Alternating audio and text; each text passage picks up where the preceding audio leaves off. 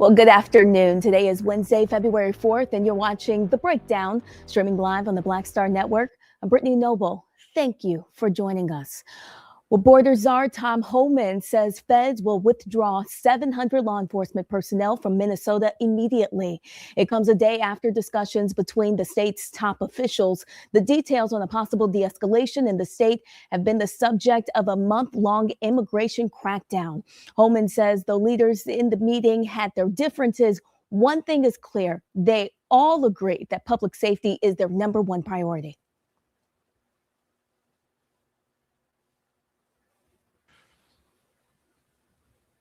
During my press conference last week, I reported I had productive discussions with various state and local officials, including Governor, Attorney General, Mayor Fry, and law enforcement officials about increasing coordination in a lawful way between the county jails and ICE to avoid public safety threats being released back in the community.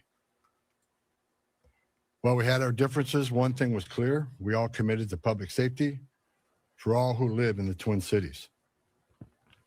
We have made significant progress under the direction of President Trump, working with state and local officials here in Minnesota, and I expect that to increase in the coming weeks.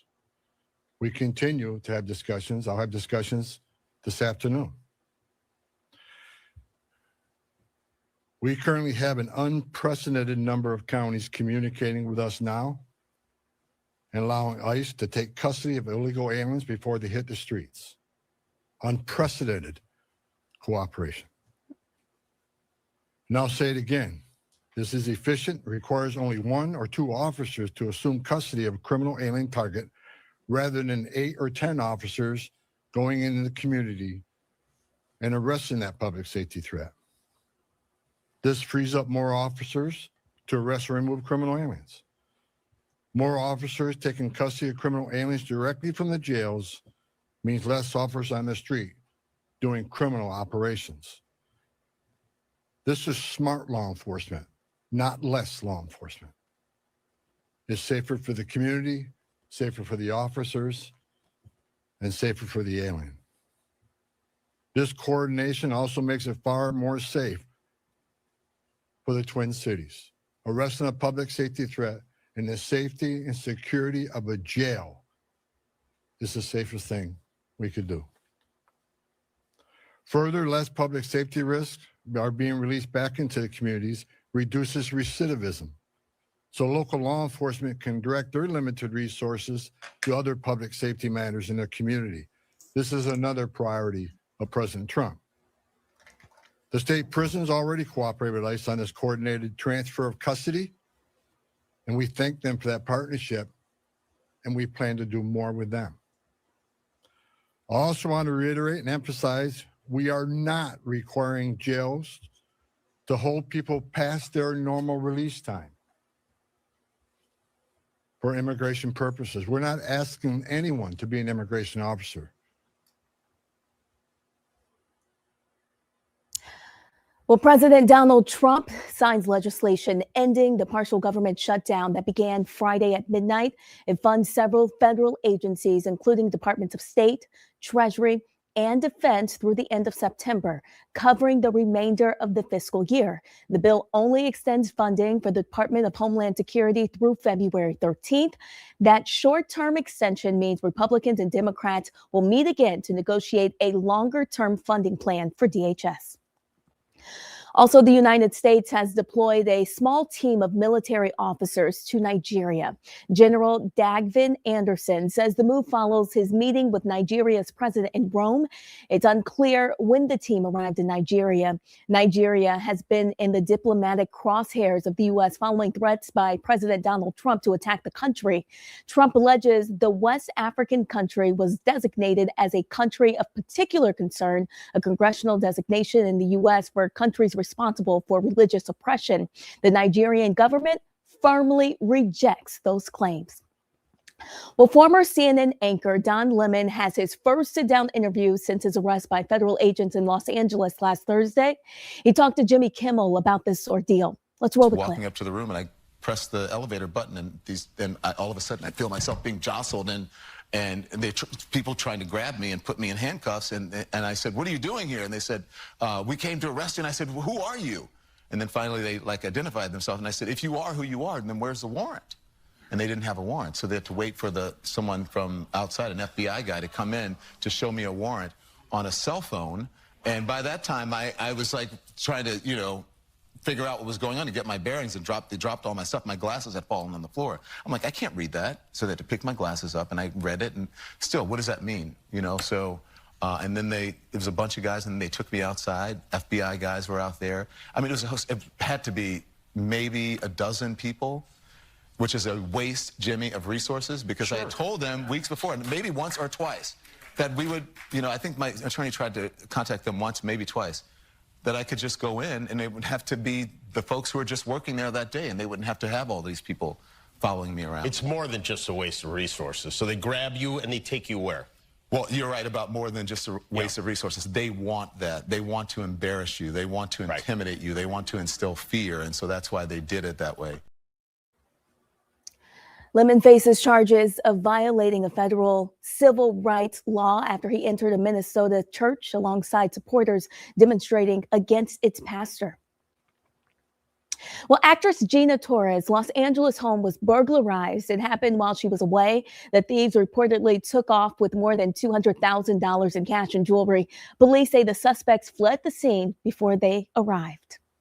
Also, Black-owned whiskey brand Uncle Nearest is bankrupt. The Tennessee distillery will likely face foreclosure if the court hands control of the company back to Fawn and Keith Weaver.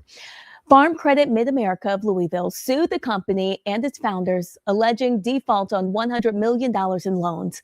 The lender is also seeking the appointment of a receiver to run the company. The Weavers are opposing the move, saying they're victims of fraud.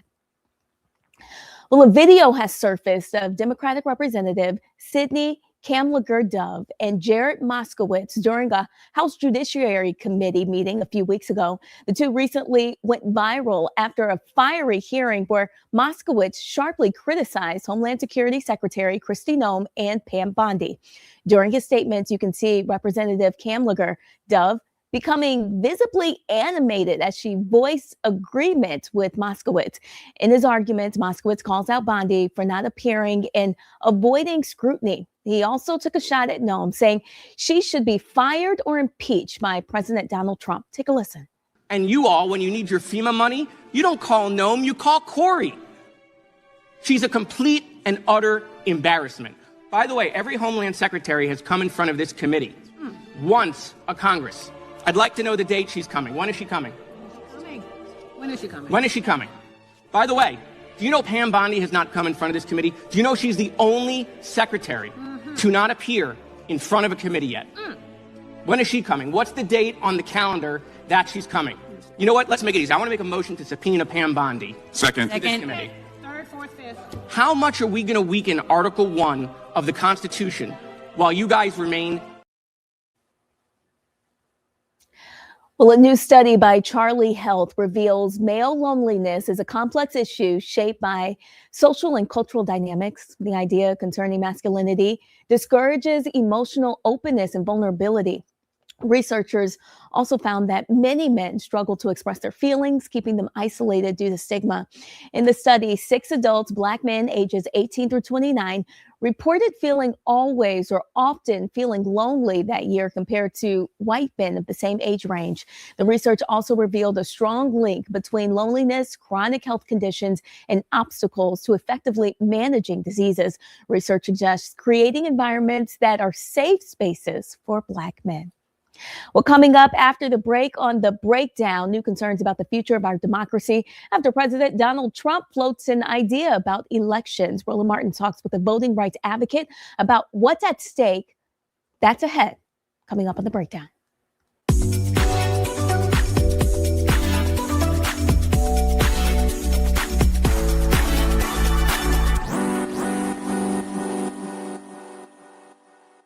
With medicine and science under attack, I want to keep you and your family informed and healthy. I'm Dr. Ebony Hilton, and I knew at the age of 8 that I wanted to be a doctor. So I studied hard and became the first African-American female anesthesiologist hired at the Medical University of South Carolina since its opening in 1824. And I always say I was made into a doctor, but I was born to be a mom. And as a new mom, wife, sister, daughter, and friend, I understand how frightening a medical crisis can be. I care for individuals on some of the worst days of their lives, and it's my mission to provide you with a safe space to gain clarity on issues affecting your mind, body, and soul. I recognize that there are health disparities, particularly as it pertains to race, and I want to help bridge the gap between you and your healthcare providers. Join me every Thursday for Second Opinion on the Black Star Network, where each week I'll invite experts from various medical fields to share the latest health news. We'll discuss topics such as the vaccine debate, mental and sexual health, medical bias, infertility, menopause, andropause, nutrition, and aging. Together with my medical colleagues, we aim to provide you with a second opinion. Don't miss it, Thursdays only on the Black Star Network.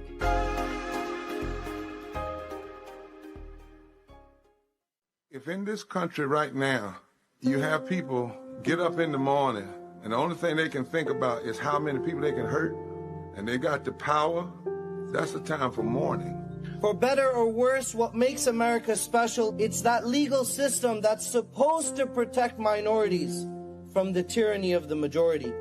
We are at a point of a moral emergency. We must raise a voice of outrage. We must raise a voice of compassion. And we must raise a voice of unity. We are not in a crisis of party versus party. We are in a crisis of civilization, a human rights crisis, and a crisis of democracy itself. And guess what? You've been chosen to make sure that those that would destroy, those that would hate, don't have the final say, and they don't ultimately win. I'm Risa Colbert, and you're watching the Black Star Network.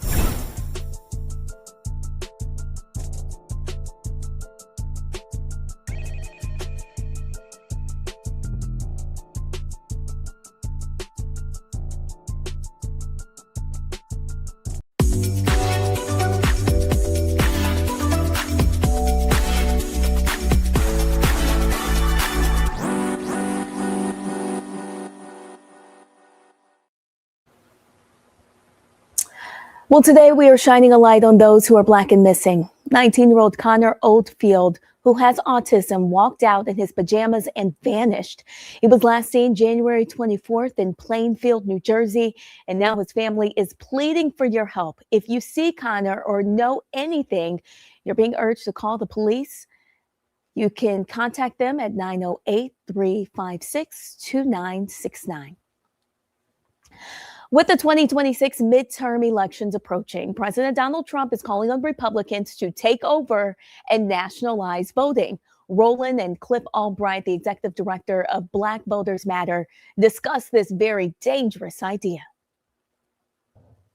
The twice impeached, criminally convicted felon-in-chief Donald Trump again attacking our democracy and our voting rights. With the 2026 midterm elections approaching, Trump is calling on Republicans to take over and nationalize voting. The push comes as every seat in the House and 35 Senate seats in the Senate will be up for grabs. Republicans currently hold the majority of the House by one vote. History shows midterm elections often turn against the party sitting in the White House. 2025, MAGA pushed for mid-decade redistricting to gain additional House seats. Well, just last month, Trump warned Republicans they must win the midterms or he could face impeachment. This is what he actually said today. When he was questioned in the Oval Office about his nationalization comments. What exactly did you mean when you said that you should nationalize elections? And which 15 states are you talking about? I want to see elections be honest. And if a state can't run an election, I think the people behind me should do something about it. Because, you know, if you think about it, a state is an agent for the federal government in elections. I don't know why the federal government doesn't do them anyway. But when you see some of these states about how horribly they run their elections, what a disgrace it is, I think the federal government, when you see crooked elections, and we had plenty of them, and by the way, we had them last time, but go to 2020 and look at the facts that are coming out. Rigged, crooked elections. If we have areas Take a look at Detroit. Take a look at Pennsylvania. Take a look at Philadelphia. You go take a look at Atlanta. Look at some of the places that horrible corruption on elections. And the federal government should not allow that. The federal government should get involved. These are agents of the federal government to count the votes. If they can't count the votes legally and honestly, then somebody else should take over. I hope y'all notice he only named the places where there are black people in significant numbers. But he's been doing that since 2020. Remember, who did he target after he lost in 2020? Atlanta, Philadelphia, Milwaukee, Detroit. That's what's going on here.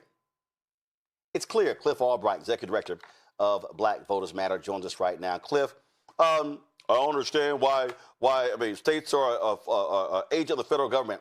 Go to my iPad, Anthony. There's a thing, Cliff, that this idiot's never read the Constitution. The 10th Amendment states, the powers not delegated to the United States by the Constitution, nor prohibited by it to the states, are reserved to the states respectively or to the people. The reality, Cliff, is we don't have federal elections. Elections are actually governed by states, state election boards, state law. Now, there are things that Congress can do, because when you're talking about presidential races, U.S. Senate races, congressional races, but even still, that's working in concert with the states. But you notice, he said nothing about Alabama, Mississippi, Arkansas, Texas, Florida, South Carolina, Nebraska, Idaho, North Dakota, South Dakota. Oh, he made no mention of any red, white states.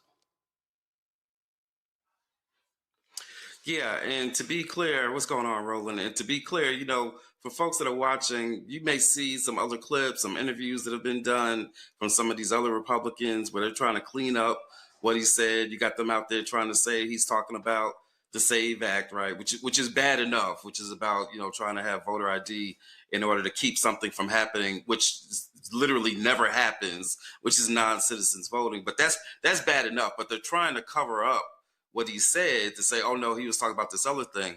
And then he came back and doubled down. It was basically like I said what I said. And what he said is exactly what you played, which is that he thinks that they ought to be able to go in and take over these elections in these states. And to be more clear, really, he's just talking about certain cities in these states, as you correctly pointed out, when they tried to overturn the 2020 election. He was really complaining about Atlanta and Detroit and Philadelphia, right? All these black cities. And so this is consistent with what he's been saying.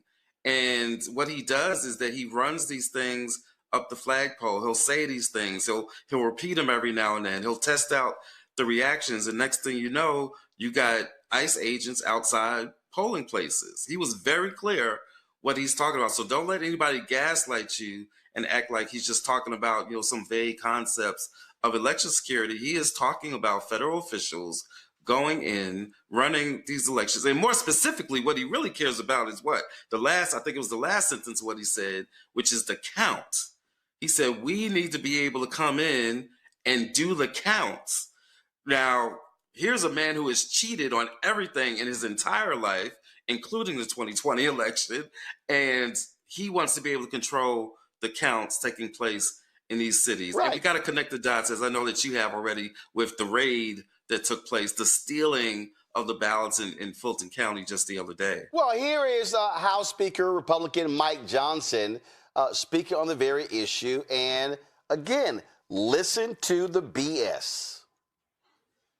Follow up on elections. The president says that he wants Republicans to nationalize elections. Do you agree with him? And do you have confidence in how elections are conducted right now heading into the midterm? We have thoughtful debate about our election system every election cycle and sometimes in between. We know it's in our system. The states have been in charge of administering their elections. What you're hearing from the president is his frustration about the lack of some of the blue states, frankly, of enforcing these things and making sure that they are free and fair elections. We need constant improvement on that front. I don't know what the ultimate solution is going to be. I'm not going to get ahead of the negotiations here, but I think that is something that's going to be a continuing theme here. It's something that we'll continue to push, and we hope the governors will insist upon that same thing as well. In some of the states, like in California, for example, I mean, they hold the elections open for weeks after Election Day. That's just one thing that bothers so many people. We had 3 House Republican candidates who were ahead on Election Day in the last election cycle.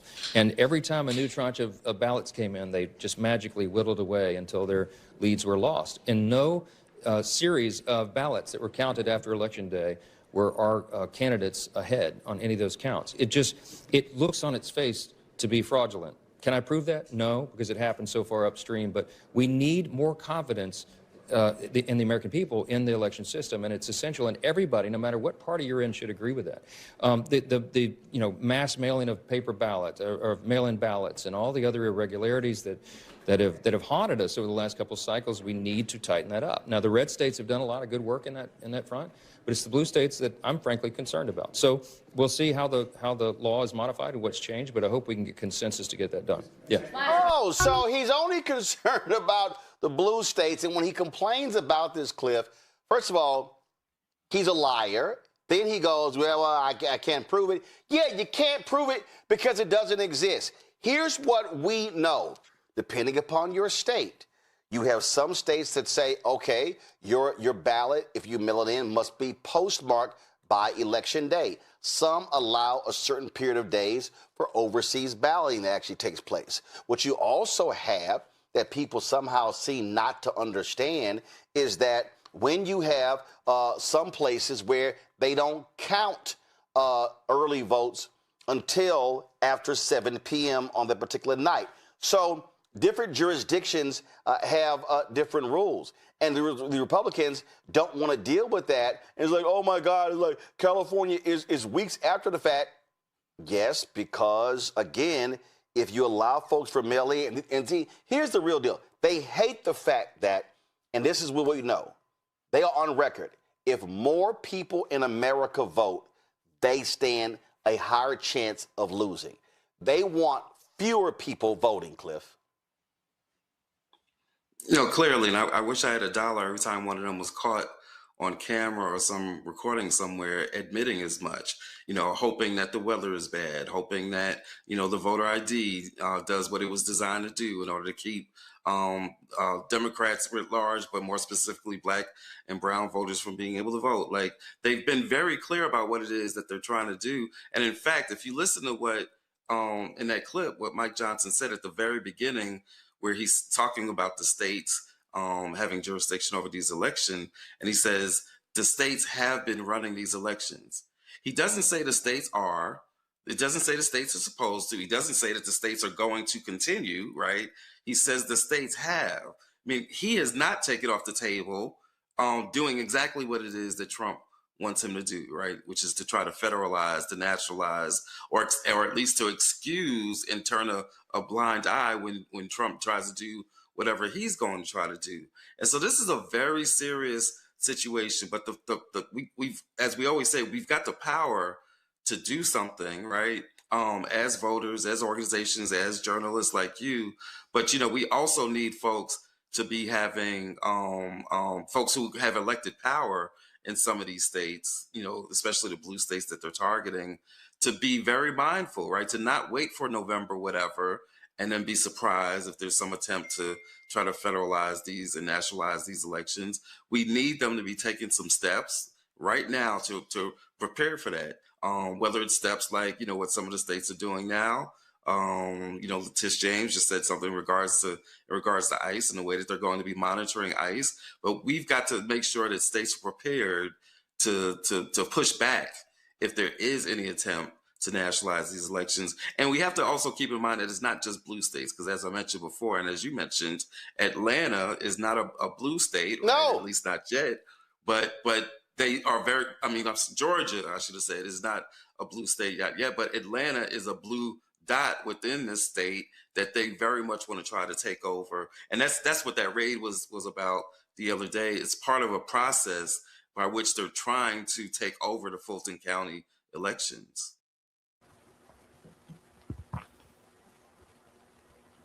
Well, tonight, Roland will discuss Fulton County, Georgia's federal motion to have the FBI return the seized 2020 ballot. You can catch the Roland Martin Unfiltered Show live tonight at 6 p.m. Eastern. Well, coming up after the break, we talk with Aaron Haynes, editor-at-large of the 19th and president of the National Association of Black Journalists, about shrinking newsroom diversity, what Black women voters are saying right now, and why who tells our story shapes our democracy. And have you come across a news story that deserves national attention? We certainly want to hear from you. Please submit your questions online. You can visit the Black Star Network. We'll be right back.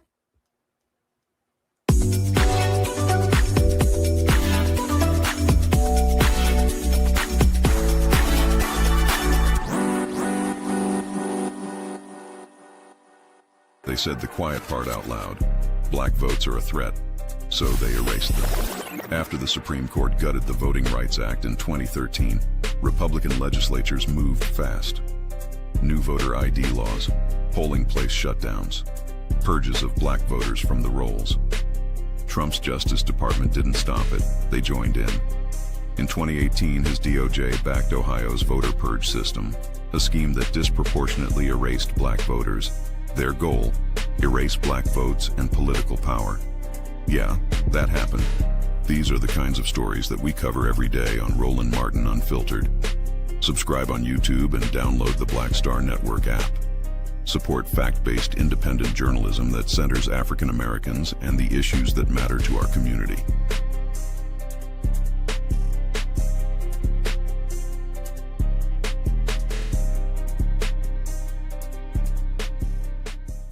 If in this country right now, you have people get up in the morning and the only thing they can think about is how many people they can hurt, and they got the power, that's the time for mourning.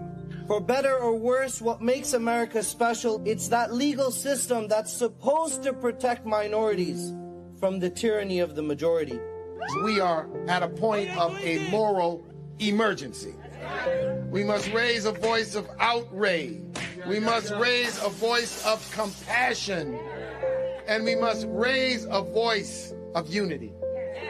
We are not in a crisis of party versus party. We are in a crisis of civilization, a human rights crisis, and a crisis of democracy itself.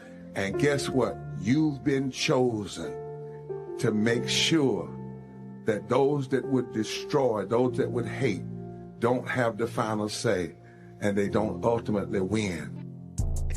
What's happening? This is your man, Motown recording artist Kim. You are watching the Black Star Network.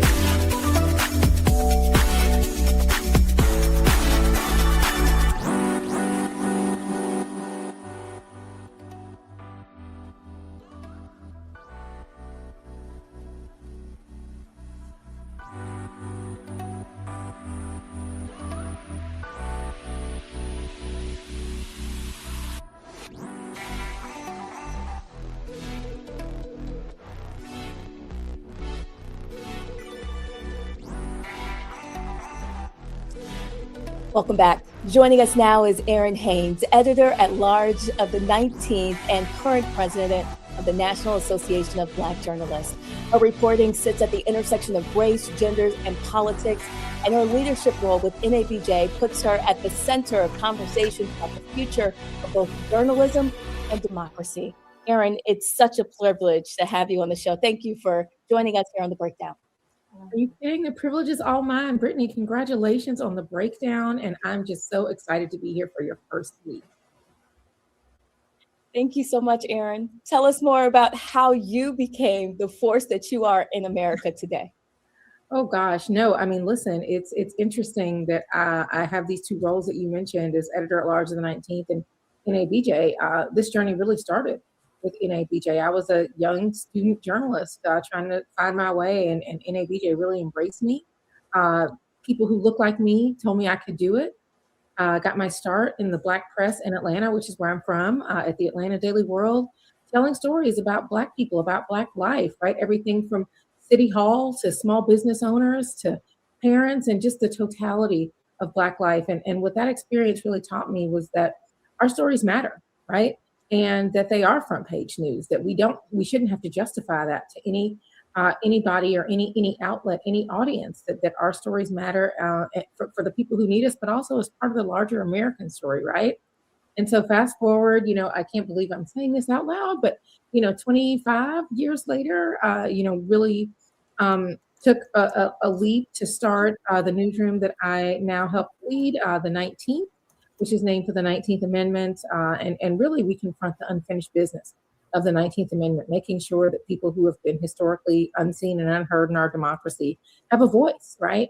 That we know they are part of the emerging democratic majority of this country. And so talking to them about the issues that we all care about, whether that is the economy or education or healthcare, immigration, all of these things, but bringing different types of people into the conversation, which I know is something that y'all care a lot about here.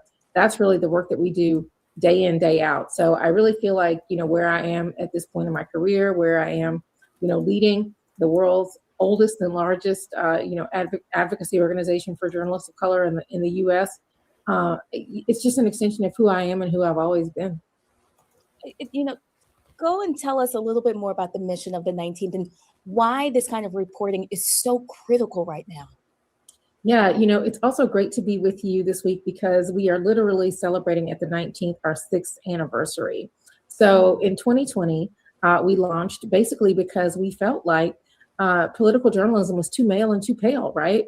We know that women are more than half of the electorate, more than half of the population, and yet political journalism still frames, women's role in this democracy as some kind of special interest topic. We know that's not true. We know that women are helping to shape this democracy. We did that even before we had access to the ballot box, and we continue to do so today. And so what does it look like to center the voices of women, of LGBTQ plus people, of people of color, of the disability community, of caregivers, right? All of these people who we know are contributing to this democracy and who are making political choices so many times based on their lived experience. Bringing those people into the conversation about our democracy felt so urgent to us in 2020, and it's only become more so every single year. I mean, you think about issues from, the pandemic, which, happened 3 months after we launched, to, the fall of federal protections for abortion, to the erosion of voting rights, which are under threat even as we speak here today, and on and on.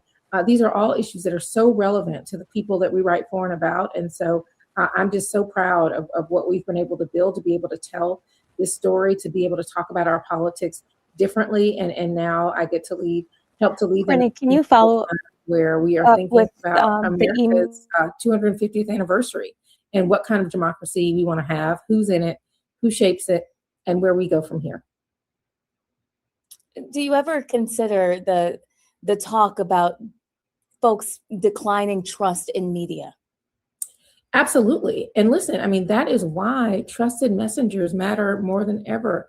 People who look like the communities that they are covering, a truly representative democracy, a truly representative press, those things are related. We know that, right?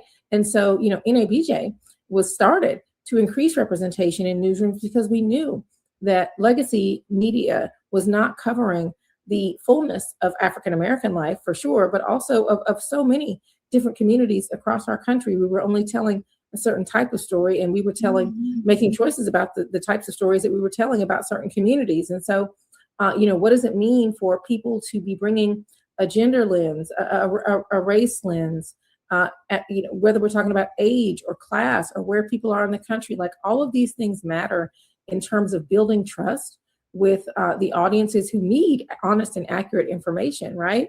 But in terms of the choices that they are making, and frankly, they are making choices about where they're going to get that, trust is crucially important, and it's something that we can't take for granted. We have to go out and we have to earn it every single day.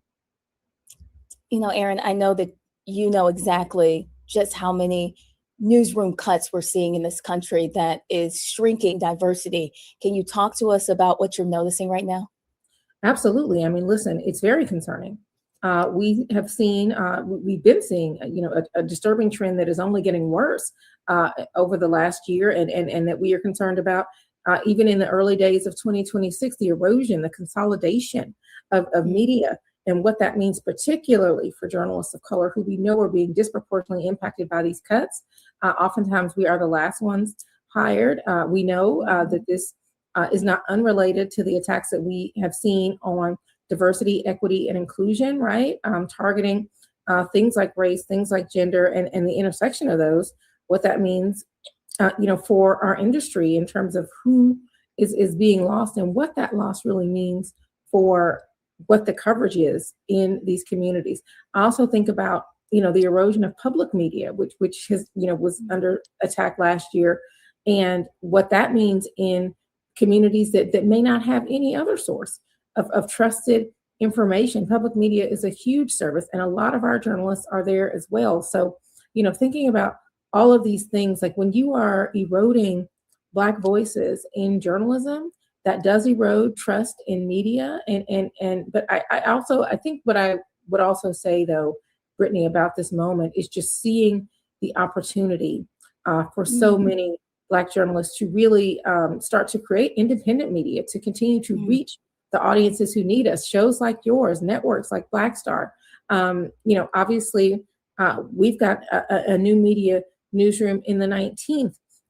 People like Don Lemon, people like Joy Reid, who are striking out on their own on their own platforms and bringing their audiences with them, who still need them to deliver the information that they are looking for. So, even as legacy media companies are making the choices that they are making, I think that it is also an exciting time to think about what is possible in terms of entrepreneurship for Black media as well.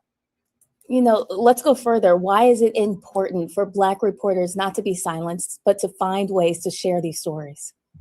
Absolutely, because our communities need us. They are depending on us to make meaning of this moment and to leave behind the most honest and accurate record of who and where we are as a country. Black journalists have always done that, right? I mean, from Ida B. Wells to Gwen Ifill to folks, truth tellers of today like Nicole Hannah-Jones, Adam Serwer, Jamel Hill. I could go on and on and on. Black journalists tell the story, and so many times we are the ones that are being clear-eyed. This is not about objectivity. This is about telling the most honest and accurate story about what is happening in this country, and who better to do that so often than Black journalists, especially because we know that stories of race, I mean, in this democracy, that is the unfinished business of our time. And that is, I mean, really, what bigger story is there to tell right now than that story? So I think that Black journalists have always been essential. 50 years after the founding of NABJ, our representation, our belonging in these newsrooms is more crucial than ever, and our ability to be able to tell stories and reach audiences must not be diminished, because it is too important that we continue to play the role that we have always played in this democracy and in our beloved profession. Erin Haynes, the editor-at-large at the 19th and the current president of the National Association of Black Journalists, we appreciate your time. Thank you so much for joining us for The Breakdown. Thank you so much for having me, and congratulations again. Well, coming up in our Noble Spotlight, an organization on a mission to help young people in the foster care system grow beyond their circumstances.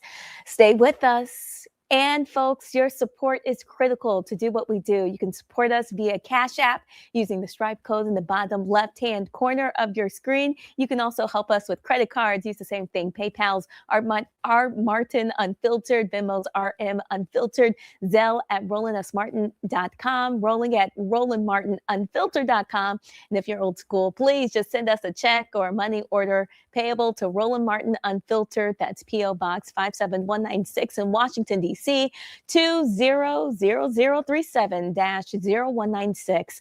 Our goal this year is to raise $1 million by December 31st, and we really, really, truly appreciate your support. Stay with us.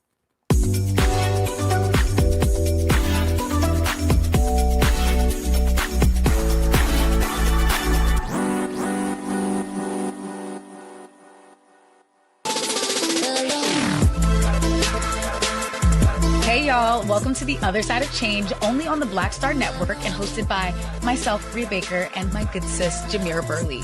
We are just two millennial women tackling everything at the intersection of politics, gender, and pop culture. And we don't just settle for commentary. This is about solution-driven dialogue to get us to the world as it could be and not just as it is. Watch us on the Black Star Network, so tune in to The Other Side of Change.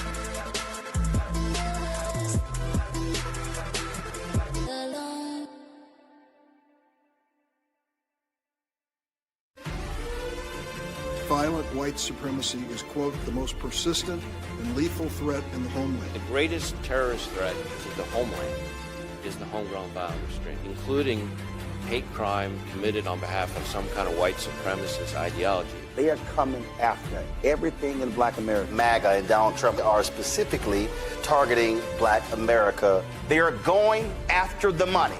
Attack Black Lives Matter. Attack critical race theory, attack woke, DEI. MAGA wants to defund Black America. This is a perfect example of their desire to completely degrade and de-emphasize Black people.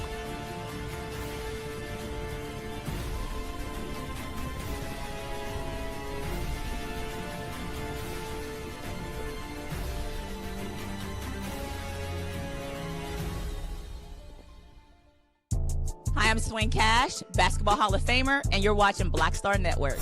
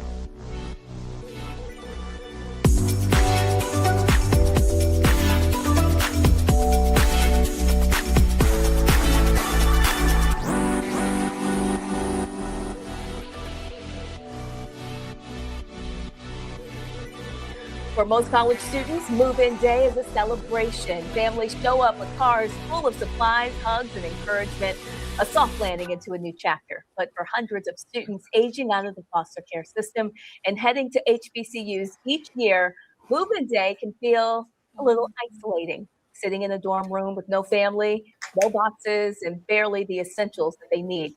Our next guest saw that reality and decided to change it. Tej Marcer is a Howard University alum, a 25-plus year Hollywood veteran, and the founder of Move-In Day Mafia, a nonprofit mobilizing volunteers to show up in a big way for students who need it the most. Tej, thank you so much for joining us here on The Breakdown. It is my absolute joy and pleasure. Thank you. I love bringing people together, having a good time. And I was lonely. I had just moved here.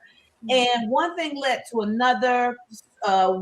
Longer we were on lockdown, and I started graduations getting snatched from the hands of these grads who had worked so hard. And being an HBCU alum, I knew especially that these graduates were losing the pinnacle. And you being an HBCU alum, know our graduations are a whole different thing. And I wanted to do something about it. So we converted that virtual bingo game into the HBCU bingo experience for these grads. And we raised over $1 million in cash and prizes in less than 4 weeks. And we gave it away in a series of bingo games that the 2020 grads could play. So it made national media. And one of them interviewed one of the grads I was playing. And that's where I learned the fact that would change my life. She had aged out of foster care when she went to her HBCU. And her social worker pulled up to the campus and let her unload what little she had and then just left her. And until that moment, Brittany, I had never considered this population of students because that wasn't my experience. I don't know if it was your experience, but I had never thought about how these kids transition into college. And then I educated myself and learned that 70% of kids in foster care dream of college, 3% go, 1% graduates. That devastated me, and I resolved that I would do something about it. I asked God to show me what that could look like, and Move In Day Mafia was born. So tell us why it was important for you to focus your work around HBCUs. I come from an HBCU family, and it's pretty much all I've ever known. And, you know, one of the first rules of business, they tell you to niche it down. So for me, why would I go outside of the community that I already knew, and already knew that the kids that needed us are getting into some of the top HBCUs? And so I resolved that we would not branch out, expand, until we have a Move In Day Mafia chapter on every single HBCU campus. So for people hearing about this for the very first time, what exactly is Move In Day Mafia? So we show up on Move In Day. The first part, we show up on Move In Day. They have no idea of the surprises that are in store for them. So they've gone through an application process. They've interviewed with us. They've actually completed an exhaustive questionnaire. All of our rooms are designed by a professional interior designer named Nikki Klug of Nikki Klug Design Group, because it's important to me that these kids who have shared basements with boxes have what they want in their space. So that we've designed their rooms, we show up with everything, we set up everything, and then we reveal it to them. But that's just the beginning of our work. From then on, for the next 4 years, every single month, they get care packages of what they need. And it's not a situation, Brittany, where we just say, here, take what we are giving you, be happy that we are helping. No, every single week, every single month, they curate what they want. They have a choice in what they put in their hair, what they put in their mouth, what they put on their bodies, because it's non-negotiable for us to make sure they have autonomy. And so we also provide them mentorship.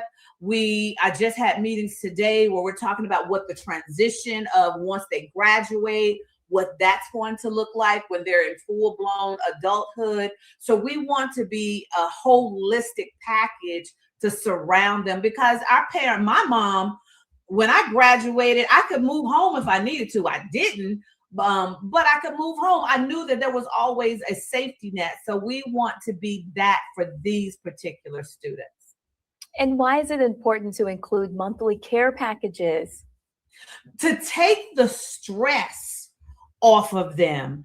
Our babies are thriving because they're not trying to go to school and then work 11 jobs so they can buy detergent, or they can buy deodorant, or they can buy shampoo. We actually provide all of that. And what we have seen is, because they're not worried about those kind of things, they can go out and pledge. We got one student who has interned at the Tennessee State Lottery. Our babies are interning at Chase. One just got back from a semester abroad in Paris. One actually was on the coding team for the Princess Tiana ride at Disney. So these kids are really thriving because we've taken the stress of their basic needs off of them. And so one of the things that I love about our community that we've curated is that every month we do what's called Adopt a Scholar Week. And that is the week of the 14th through the 21st of every month, where our supporters, our donors, can go to moveindayMafia.org and shop the different lists that are broken down by schools that the students themselves have said, I like this kind of deodorant, I like this kind of shampoo, I like these kind of snacks. They can actually, we have bought wigs, we bought sneakers, we buy underwear, whatever the student needs, our community shows up during Adopt a Scholar Week and takes care of them. And so there are plenty of ways that people can help out. They can apply to adopt a scholar, volunteer, or donate.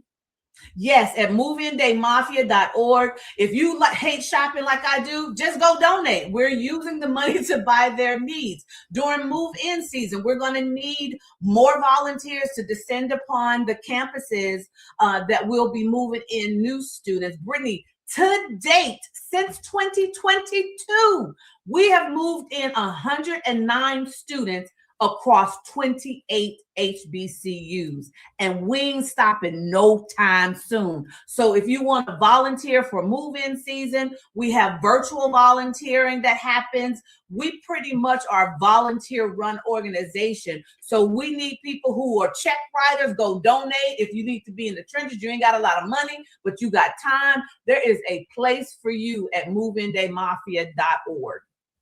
And for a student that may be watching right now that feels unseen or unsupported, what do you want to share with them? So if you are going to an HBCU and you have either aged out of foster care, you've experienced unhoused, you've experienced, housing insecurity, or you're grappling with some severe financial hardships, go over to moveindayMafia.org/apply. Join the wait list so that you will be notified when applications open around April of this year for the 26-27 school year. All right, Tej Mercer, thank you so much for joining us here on The Breakdown. Thank you for having me. Well, coming up next on The Breakdown, she shattered records, graduating high school at just 13 and law school at 19. But that's not her only story to tell. We'll have more coming up after the break. Plus, do you know someone in our community who deserves the Noble Spotlight? We would love to hear from you. Please share with us your noble thoughts. We'll be right back.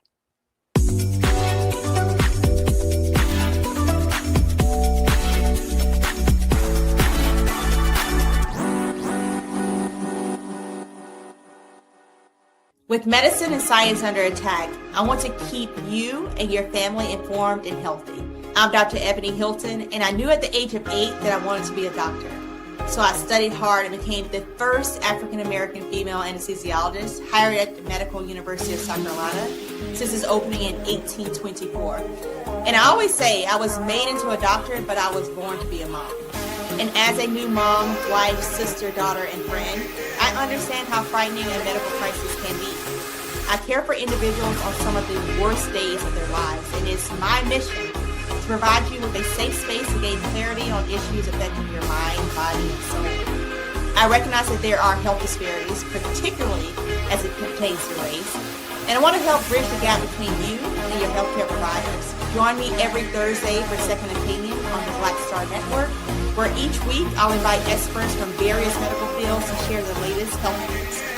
We'll discuss topics such as the vaccine debate, mental and sexual health, medical bias, infertility, menopause, andropause, nutrition, and aging. Together with my medical colleagues, we aim to provide you with a second opinion. Don't miss it, Thursdays only on the Black Star Network.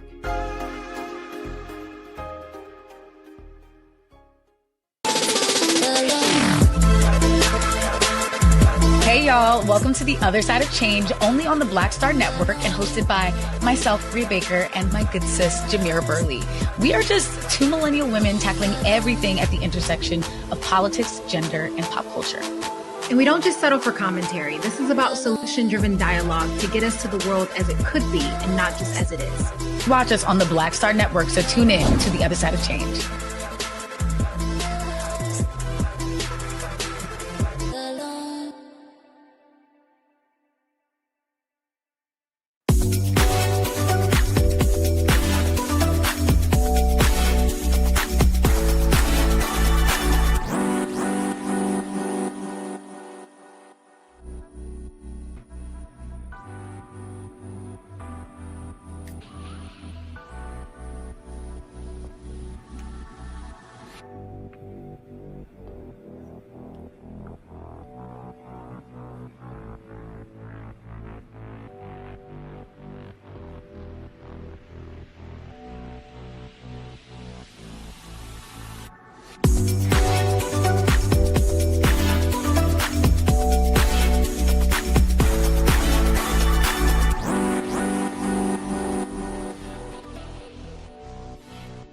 Welcome back. I want to introduce everyone to Haley Taylor Schlitz. She made national headlines as one of the youngest Black college graduates in the country and later became the youngest Black law school graduate. But beyond the records, Haley is now focused on how systems shape opportunity and how the law can be used to expand access, not gatekeep it. I want to introduce everyone to Haley Taylor Schlitz. Thank you for joining us here on The Breakdown. Thank you so much for having me. I'm excited to be here. Oh, yeah. So let's get into it. I know you're an attorney, an educator, an author, even a public speaker, a writer. Yes. Take me back to 2016. You were just 13 years old when you graduated high school? I was 13 years old when I graduated high school. I actually started a homeschool hybrid college style school when I was 11 years old. And before that, I was in public school. So that shift to homeschool hybrid style of education was actually the turning point for me. And from there, I was able to complete 5th grade to 12th grade in those 2 years from 11 to 13. And that's when I graduated high school. And everything else kind of just rolled off of that. And before we show you off even more, Haley, tell us a little bit about your mom and how she worked to make sure that you became who you are today. Yeah, my mom is one of the most influential figures in my life, but also in the medical practice. She is an emergency medicine physician. She is actually the one who decided to pull me out of the public school system and do the homeschool hybrid style system that we moved into. And actually, because of how influential that was on the trajectory of my life, my mom and I wrote a book together called The Homeschool Alternative, where we break down the entire process, what we decided to do and why, the resources we use that really impacted my education and learning, and advice for African-American families navigating the public school system versus other options for education. So she really was influential in how I ended up being who I am. But on top of that, she is very highly educated and gifted and put all of this in a concise format for other families to use as a resource. That's absolutely beautiful. So in May of 2022, at just 19, you became the youngest Black American and youngest woman to ever graduate from law school in the history of the United States.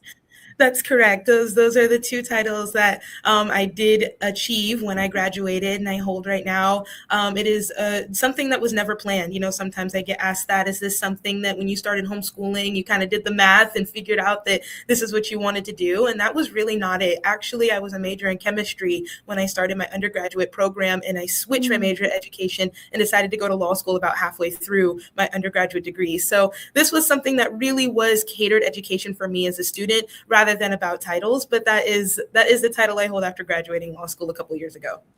And we're so proud of you. And then right after that, you took an impact year. Tell us what that is and what you did. So no, and that's a great question, really, because we hear a lot, especially being Gen Z, I've heard a lot about gap years and really trying to take time to find yourself and find what you want to do with your life and find who you are. And I'm a firm believer in you don't find your path, you make it. So I decided, instead of labeling it as a gap year, I wanted to market it as an impact year. And for me, my impact year was going in and into my community and being a teacher. I switched my major, like I said, from chemistry to education, and I decided to teach 5th grade social studies for a couple years before practicing as an attorney in Minnesota now.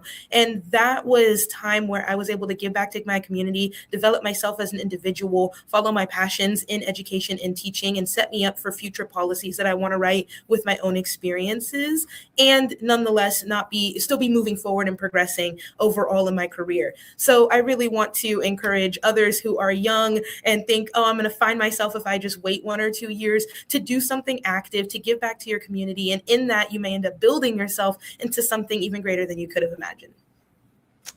And so you actually ran for and you were elected the youngest delegate ever to the Texas Democratic Party convention. I was, and that was very enjoyable. I have always been very involved in my community, very civically aware, and I want to engage and educate young people in my community to be aware civically and active. So I do a lot of that in my community in Texas. And now that I live in Minnesota, I do a lot of that in the Twin Cities as well. We just had our caucuses and we had a huge turnout of like 30,000 people that showed up and gave a couple hours of their evening to elect delegates for this upcoming cycle. And so even still, I stay super engaged in this because it is really important to me. This is how we see change and get our voices heard. And for me, a huge issue and something close to my heart is education and the education system and reform. But this is how we get heard in all spaces. And especially in the Twin Cities, it's very particular right now that we make sure that we stand up and stay engaged in this process. So I did start doing that when I was very young, like 16 years old. And even now, it's something where I see and feel the momentum of, change coming in the horizon. And that's the way to do it. That's the place to start. Haley, tell us about the work that you did with the Texas Crown Act. That is something that I'm very proud of because actually Representative Retta Bowers was the author of that bill. And we did a lot of work over 2 cycles to get that from not the first time around, it didn't even get a hearing and didn't even get a chance to be heard. And then the second time around, it actually was signed into law. So the work and the momentum that went into making the Crown Act, and for anyone who doesn't know, it bans hair discrimination in the workforce and in classrooms, how important that was for racial equity, but also just for opportunity and thriving of students, especially in classrooms where it's one less thing that they have to be conscious about. And instead of focused on learning, you're focused on your hair and making sure it's an appropriate style. In Texas, it was really an interesting dynamic to work on both sides of the aisle, given the political environment of Texas and also where the Crown Act lands on the political spectrum, really having to work with people who the bill right before this was banning books and the bill right after this was some anti-DEI, but right in between, we were able to get the Crown Act passed. So there was a lot of work in between cycles.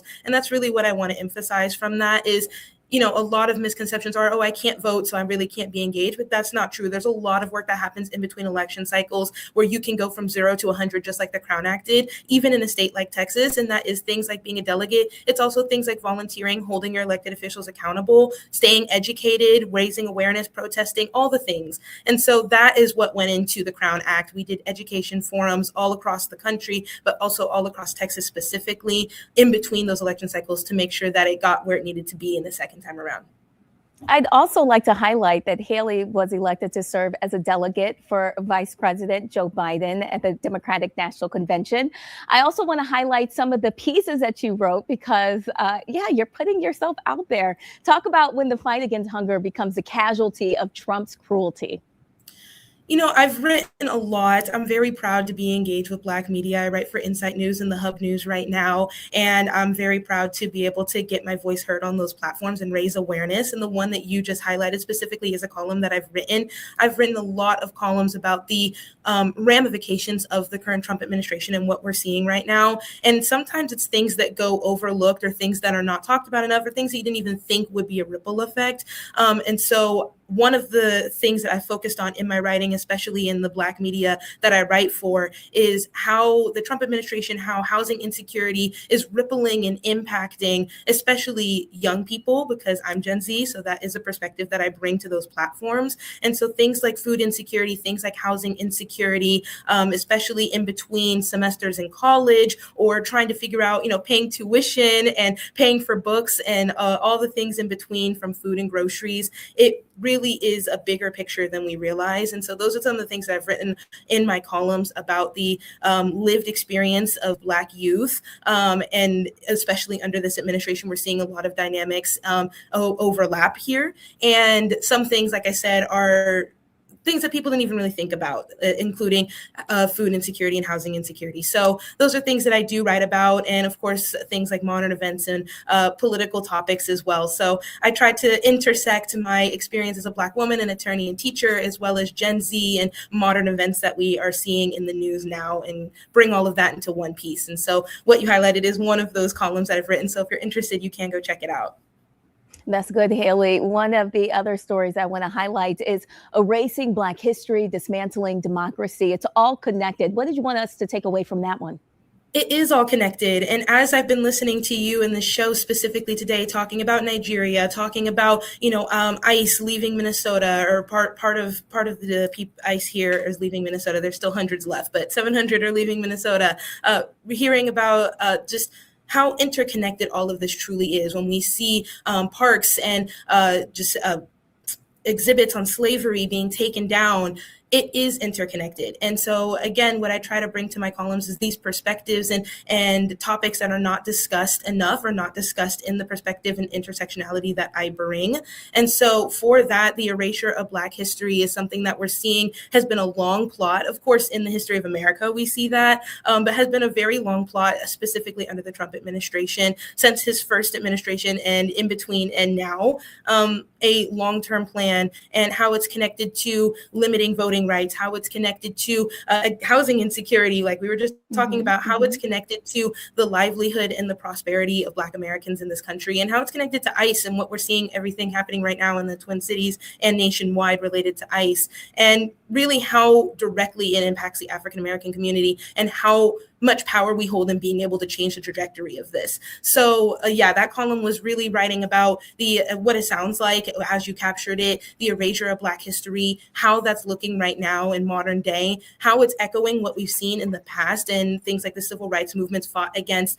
Coming from Texas, I'm very familiar with the erasure of Black history and things like book banning, things like curriculum rewriting, labeling slavery as involuntary relocation, for example, is something that Texas is trying to do. And that is just what some people might think of as just a phrase, really is a needle moving forward into the erasure of Black history. So especially it being Black History Month, it's very timely of a discussion. And with everything going on politically in the Twin Cities and nationwide, it really is something that I want to highlight.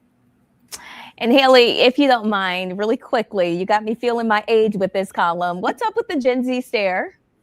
It's kind of what it sounds like, in the sense of it's when Gen Z is trying to process a response and bring it to light in a specific context or conversation. So a lot of the examples we see on social media is when someone is, making a comment that is potentially derogatory or racist or just illogical, and trying to process how to respond in a way that is minimizing controversy, especially if you're in your place of employment, but still being true to your morals, being true to what you want to say, being able to communicate effectively. So it is that kind of processing period between what you just heard and what you're going to say back. So rightfully so, you have been honored by your organization. You're an SG role. Tell us how they honored you. I've been honored in a variety of ways, and I really appreciate that they see the value in what I have to say and amplify my voice, because we are an international organization. I have been in the Aurora magazine, and my story has been highlighted, hopefully inspiring other students to be proactive in their education experiences and really look at opportunities that exist as families, as educators, as students. So that was very, very just fulfilling for me and very validating for me in my sorority organization. At our centennial, I was also on our centennial art. My graduation from law school, I put up our hand sign, and that was highlighted in our centennial art. So I was very proud of that as well. So there's just been a lot of ways that they have supported me, and Sigma Gamma Rho has completely changed the way that it completely shaped the person I am today. So I really am happy to give back to the organization however I can. Haley, before I let you go, you got to tell our audience about your mom and the connection with Doc McStuffins. So my mom's actually the mother in the cartoon Doc McStuffins is named Maisha McStuffins after my mother because of the work that she did in the community when that show first aired. It is the first cartoon that features a Black girl, in that case, in the STEM field. So she did a lot of work as an ER doctor, like I mentioned, in the community, saying we are Doc McStuffins, made a collage, brought Black doctors from all over the globe together at a conference to celebrate the Doc McStuffins cartoon and emphasize how important it is and how we see it and how it will shape generations to come, being able to see Black girls placed in a light of STEM, of critical thinking, and of being a scientist. And in that case, she wanted to be a doctor like her mother. And so it really was a celebration, and Disney noticed and brought her on for a commercial, and she ended up being Maisha McStuffins, the mother in the show, ended up being named after my mom. So my mom does so much good work. Like I said, she is very gifted and has a whole website of her own. So if you want to check her out and get engaged with her, you absolutely can. And again, in 2019, Haley and her mom, Dr. Maisha Taylor, published their own book. It's called The Homeschool Alternative. Haley, we want to thank you so much for coming onto the show and bringing all of your wisdom, just inspiring us here on The Breakdown. We're so proud of you. Thank you for having me. This was great. Absolutely. Thank you so much. All right, folks, if you want to represent the Black Star Network beyond the screen, there's an easy way to do that. Please head to shopblackstarnetwork.com. You'll find official Black Star Network swag from hoodies, t-shirts, crew necks, other everyday essentials. It's just a way to support the network and show pride in Black-owned media wherever you go. Again, that is shopblackstarnetwork.com. We want to thank you so much for joining us today on The Breakdown. I'm your host, Brittany Noble. You can follow me online, The Noble Journalist. Join us tonight for Roland Martin Unfiltered right here on the Black Star Network. It begins at 6 p.m. Eastern. We hope you have a wonderful day. We'll see you again tomorrow.